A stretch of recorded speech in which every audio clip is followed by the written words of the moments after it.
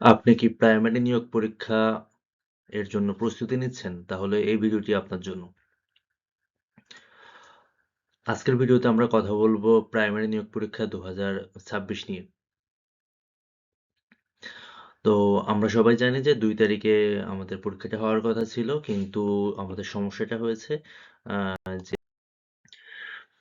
৩০ December ২০২৫ তারিখে বেগম খালেদা জিয়া মারা যাওয়ার কারণে আ পরীক্ষাটা আ আমাদের বন্ধ থাকে। তো নতুন করে আবার হচ্ছে ডিপি থেকে হচ্ছে আমাদের পরীক্ষার সম্ভাব্য তারিখ দেয়। তারিখটা হচ্ছে ৯ জানুয়ারি ২০২৬। এই হচ্ছে অবস্থা। তো এই এর এর এরপরে যেটা হয় যে আমাদের নতুন করে আবার প্রস্তুতি নেওয়ার আ একটা বিষয় চলে আসে। তো এইখানে আমরা যেটা দেখতে পাচ্ছি সেটা হচ্ছে যে মোট ১০০ মার্কের পরীক্ষা হবে। এর ভিতরে লিখিত হবে ৯০ মার্কের আর মৌখিক পরীক্ষা হবে হচ্ছে ১০ মার্কের। তো লিখিত যে পরীক্ষা তার ভিতরে এইটা পুরোটাই এমসিকিউ হবে। এমসিকিউ এর বাংলা পার্টের ভিতরে আমাদের ২৫ মার্ক থাকবে, ইংরেজি পার্টের ভিতরে ২৫ মার্ক। আর হচ্ছে গণিত ও সাধারণ বিজ্ঞান এইখানে থাকবে ২০। আমরা এখানে ধরা যেতে পারে যে গণিতে ১৫ মার্কের মতো থাকবে, সাধারণ বিজ্ঞানে ৫ মার্কের মতো হয়তোবা থাকতে পারে। আর সাধারণ জ্ঞানে বাংলাদেশ ও আন্তর্জাতিক ২ টা মিলায় হচ্ছে ২০ থাকবে। তো এইখানে যে বিষয়টা অর্ধেক, অর্ধেক হইতে পারে ১০-১০। সাধারণত বাংলা বিষয়গুলোতে আরেকটু বেশি হয়তোবা থাকতে পারে। হয়তো ১২-৮ এরকম প্যাটার্নে আমাদের হতে পারে। এই হচ্ছে অবস্থা। আর যেটা সেটা হচ্ছে যে আমাদের এইখানে যে গণিতের যে অংশটা, এইখানে আমরা দেখতে পাচ্ছি সব অংশটাই প্রায় সেম। আমরা এখানে যে পাই চার্টে আমরা দেখতে পাচ্ছি যে এখানে আমাদের সাধারণ জ্ঞানে ২২% মার্ক ক্যারি করবে।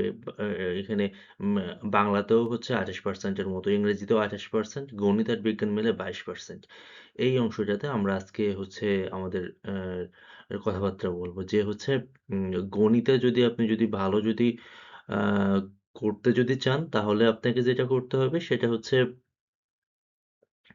আ যে ৩০ থেকে আপনার ৩০ বিসিএস থেকে এই হচ্ছে ৫০ বিসিএস পর্যন্ত, ৫০ বিসিএস সরি ৪৯ বিসিএস পর্যন্ত যত হচ্ছে প্রশ্ন আছে ম্যাথ রিলেটেড ওইটা আমরা প্রথমত সলভ করতে পারি।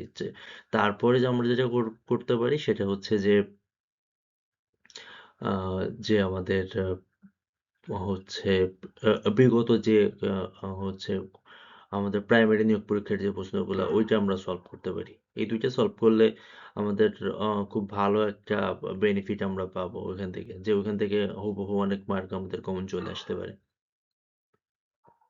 এই হচ্ছে অবস্থা। আর যেকোনো বাজারে প্রচলিত যেকোনো একটা বই হয় খায়রুজ বেসিক ম্যাথ নাইলে হচ্ছে এমপি3 র যেকোনো ম্যাথ এগুলা যেকোনো একটা বই কভার করলেই আমরা মনে হয় এটার সমাধান আমরা পরীক্ষাতে মানে ভালো করতে পারবো।